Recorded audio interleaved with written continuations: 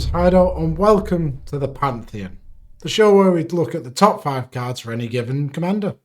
Today we're having a look at Quintorius, the magnificent elephant beast. So let's have a look at him.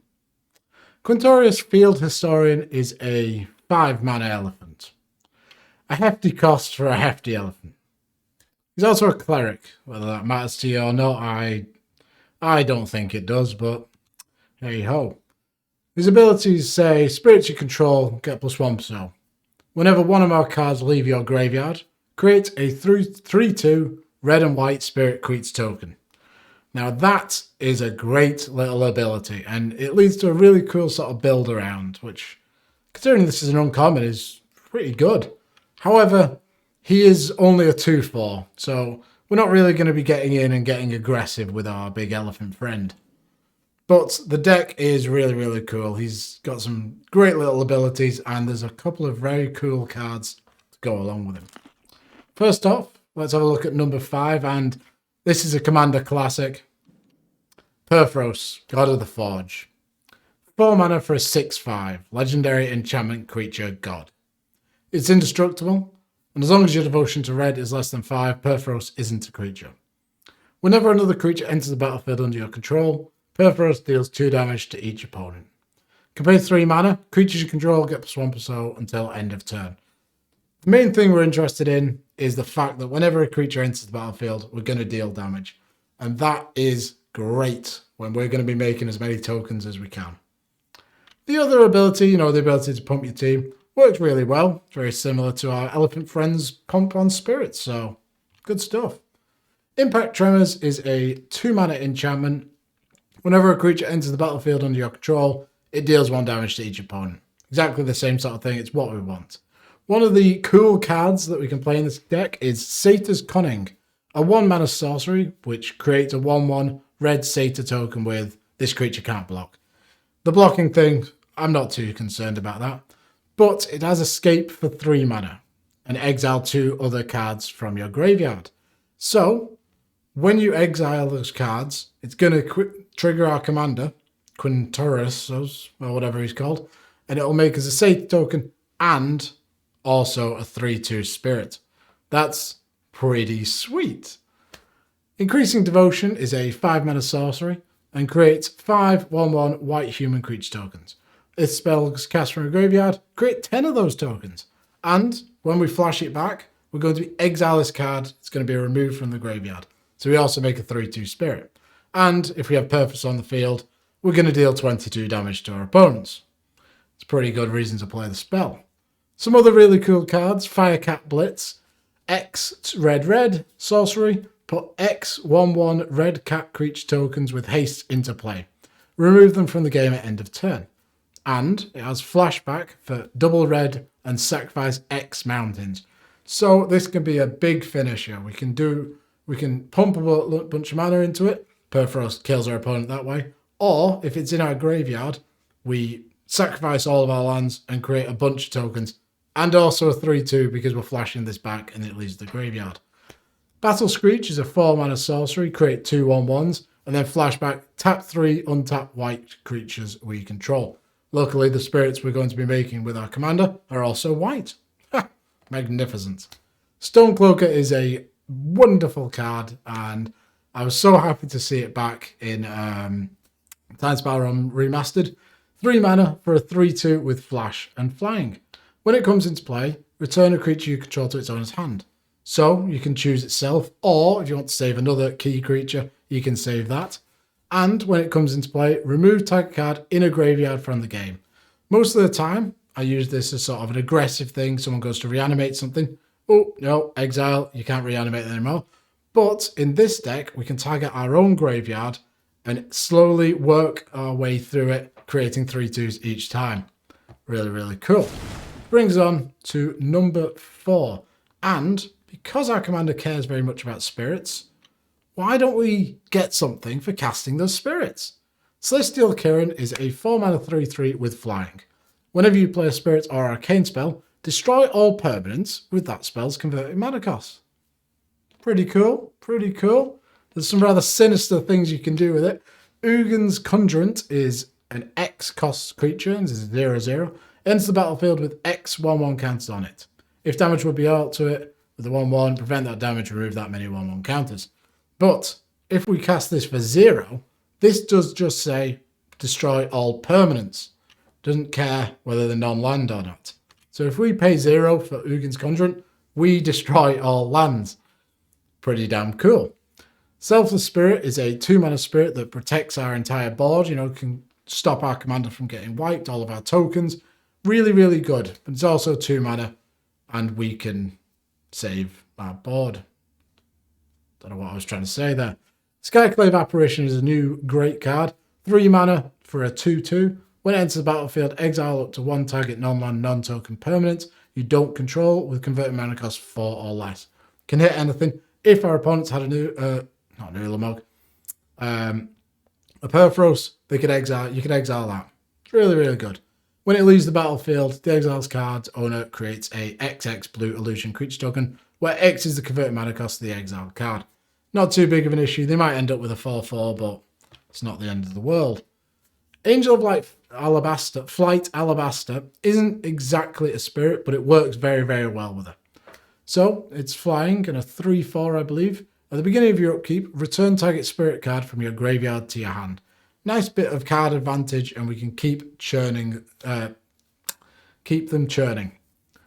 Stonebound Mentor is a new card, 3 mana for a 3/3. Whenever 1 or more cards leave the graveyard, scry 1. So if we keep exiling stuff, we're going to keep getting through our deck. Pretty good. Balefire Liege is an interesting include. 5 mana for a 2/4. So exactly the same stats as our commander. But other red creatures you control get +1/+1. Other white creatures you control get +1/+1. Whenever you cast a red spell, deals 3 damage to a target player. Whenever you cast a white spell, gain 3 life. The main thing I'm interested in here is the +1/+1. As all of the spirit tokens we're creating are both red and white, so they'll both get +2/+2 off this guy. Pretty sweet. Which brings us on to number 3. Proclamation of Rebirth. A wonderful, wonderful card. 3 mana sorcery. Return up to 3 target creature cards with converted mana cost 1 or less from your graveyard to play. And then the reason that we're playing it, Forecast. For 6 mana. Reveal Proclamation of Rebirth from your hand. Return target creature card with converted mana cost 1 or less from your graveyard to play. Play this ability only during your upkeep and only once each turn. Now, 1-cost creatures are generally not that good. But this does trigger our commander by making a card leave the graveyard. So, what sort of 1 cost things can we use? The main one is a little spirit dude, Kami of the False Hope. 1 mana for a 1/1. But the main reason we want to play him is his ability. Sacrifice Kami of False Hope, prevents all combat damage that would be dealt this turn. A wonderful little fog. And because we're sacrificing and put it in the graveyard, if we have, if we're forecasting Proclamation of Rebirth, we can do this over and over again. Each turn, we can stop all damage if it's being directed at us. Another great card for this is Insolent Neonate. 1 mana for a red vampire. There's a 1/1. It has Menace, but we're not interested. Discard a card, sacrifice him, draw a card. So he goes back into the graveyard, and he also fills it with other cards that we can start exiling. And we just get through the deck. Really cool.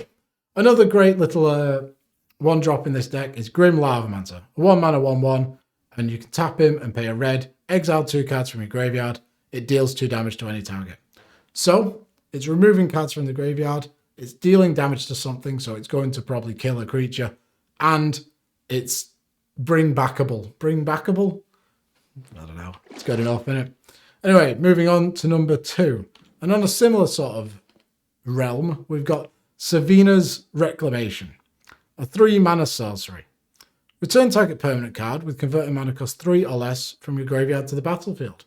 If this spell was cast from your graveyard, you may copy the spell and you may choose a new target for that copy. Flashback cost is 5.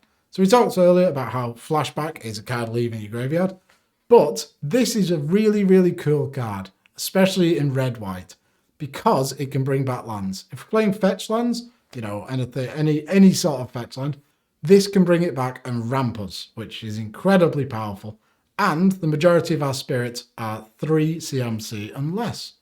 So this is the sort of theme that I wanted to build into the deck. Trove Warden is a 4 mana 3/3 with Vigilance and Landfall. Whenever a land enters the battlefield under your control, exile target permanent card with converted mana cost 3 or less from your graveyard. When it dies, put each card exiled this way onto the battlefield under the controller of those cards. So, Trove Warden, every time a land comes in, we can exile something from the graveyard, trigger our commander, and then eventually, when it dies, bring everything back all in one big go. Quintorius Stonecaller is a 3 mana 1/2 with melee, which is a brilliant little keyword. Whenever this creature attacks, it gets +1/+1 until end of turn for each opponent you attacked with a creature this combat. We're going to have a lot of little tokens, so getting melee up to 3 isn't that hard.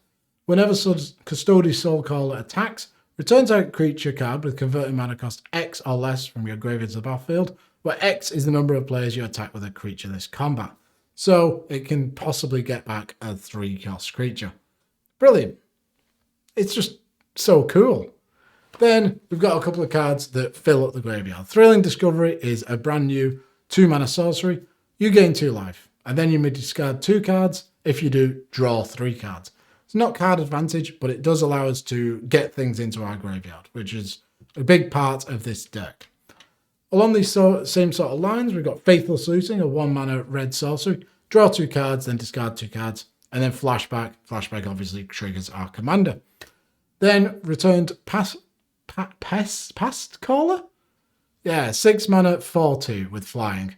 When it enters the battlefield, return target spirit, instant, or sorcery card from your graveyard to your hand. Powerful little regrowth effect. 6 mana is steep, but it's a spirit as well, so I'm willing to let it fly. Venerable Warsinger is a 3 mana 3/3 with Vigilance and Trample, who's also a spirit. When it deals combat damage to a player, you may return target creature card with converted mana value X or less from your graveyard to the battlefield, where X is the amount of damage it dealt to that player. So with our commander on the field, it actually be 4, because this is a spirit, it gets +1/+0, and we can bring back some nice little dudes. And then we're going to move on to our number 1 spot.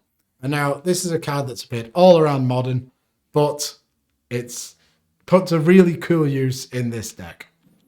Relic of Progenitus, a 1 mana artifact with tap, target player exiles a card from his or her graveyard.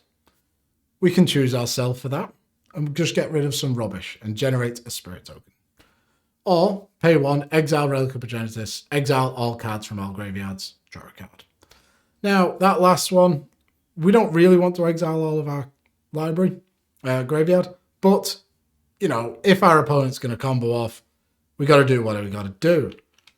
The main reason I like that card, and Scrabbling Claws here is pretty much exactly the same card, is we can use them the turn our commander comes down. If we play it with we don't need any mana up or anything.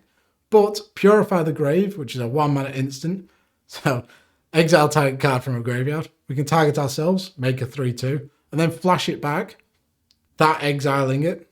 The exiling from the flashback triggers our commander, and then we exile another card. So for 2 mana, we can get 3 3/2s.